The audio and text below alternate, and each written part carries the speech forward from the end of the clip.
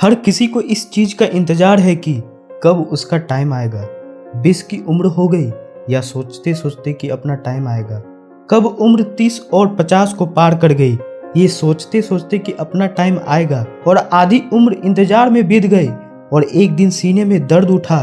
फिर डॉक्टर ने आकर कहा आपका टाइम आ चुका है, अब आप आखिरी सांसें गिन रहे हो। उन सभी लोगों को बुला लीजिए जिनसे आप अंतिम समय में मिलना चाहती हो, क्योंकि आपका टाइम आ गया। और इसकी कहानी यहीं पर खत्म होती है। दोस्तों, इससे हमें ये सीखने को मिलता है कि जिंदगी में इंतजार नहीं, मेहनत करो।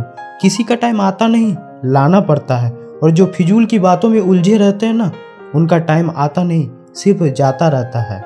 बिहार के देव मिश्रा का नाम आपने शायद नहीं सुना होगा, लेकिन ये एक ऐसी शख्सियत है जिससे हम बहुत कुछ सीख सकते हैं। यह एक लड़का जिसने एक ट्रेन हादसे में अपने दोनों पैर खो दिए और साथ ही में वो सारी उम्मीदें खो दी जो उसे अपनी जिंदगी से थी।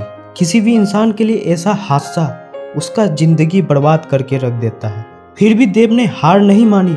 कुछ अपनों ने साथ दिया और कुछ अपनों ने साथ छोड़ दिया, लेकिन उनकी माँ हमेशा उनके साथ रही। कुछ लोगों ने तो यहाँ तक भी कह दिया उनसे कि तुम अब भीख मांगना शुरू कर दो। अरे लोग तो होते ही ऐसे हैं, मुश्किल समय में साथ देना तो दूर, अच्छी बातें भी नहीं करते। लेकिन देव ने अपने दम पर जिंदगी जीना शुरू किया।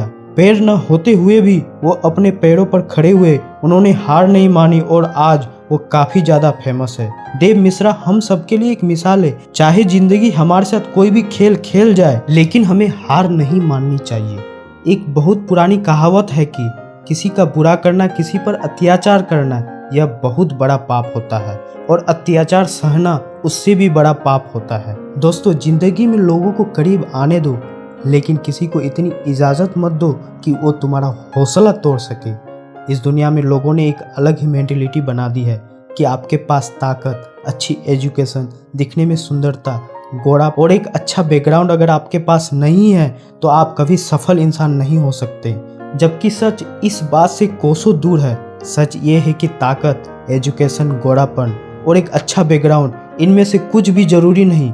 दोस्तों, सफलता पाने के लिए और सही से जीने के लिए एक सही एटीट्यूड होना चाहिए। अगर एटीट्यूड पॉजिटिव नहीं है तो सब बेकार है। अमीर से अमीर आदमी भी एक दिन गरीब हो जाता है, सड़क पर आ जाता है। अगर उसका एटीट्यूड गलत होता है तो। और सड़कों पर खाक चलने वाले भी करोड़ों में खेलते हैं अगर उसका एटीट्यूड सही होता है, क्योंकि वो किसी पर निर्भर नहीं रहते, ना आर्थिक तौर पर और ना भावनात्मक तौर पर। क्योंकि अगर आप किसी पर डिपेंड हो जाओगे और उस व्यक्ति को एक बात समझ में आ जाती है तो फिर वो आपकी ज़िंदगी का मालिक बन जाता है। वो आपको ब्लैकमेल कर सकता है, वो आपको जब चाहे तब दबा सकता है, क्योंकि वो बहुत अच्छे से जान चुका है कि आपकी ज़िंदगी की डोर उसके हाथ में है।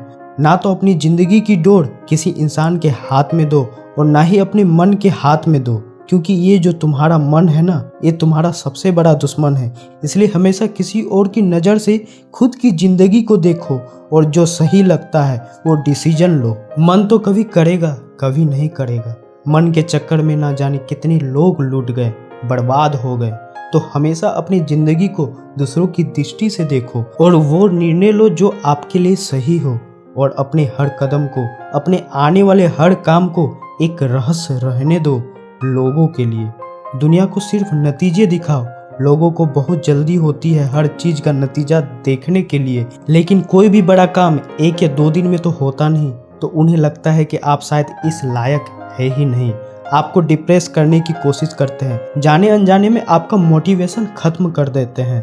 अपने आप को समझाना एक बारीक प्रक्रिया है। काम को समय दो, खुद को गहराई से समझना बहुत जरूरी है। आपको अपने हर एक सवाल का जवाब ना अपने ही अंदर मिल जाएगा। भागवत गीता में भी लिखा है कि जिस समय कोई समस्या जन्म लेती है ना, उसके साथ ही उसका समाधान जन्म लेता है। लेकिन आप उस समस्या को लेकर रोते रहते हो। अगर आप उन समस्या का समाधान पर ध्यान लगाओगे तो जीवन और भी ज़्यादा आसान हो जाएगा।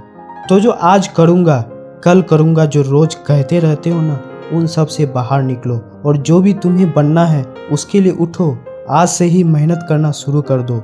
बात समझ में आई है तो शेयर जरूर करना।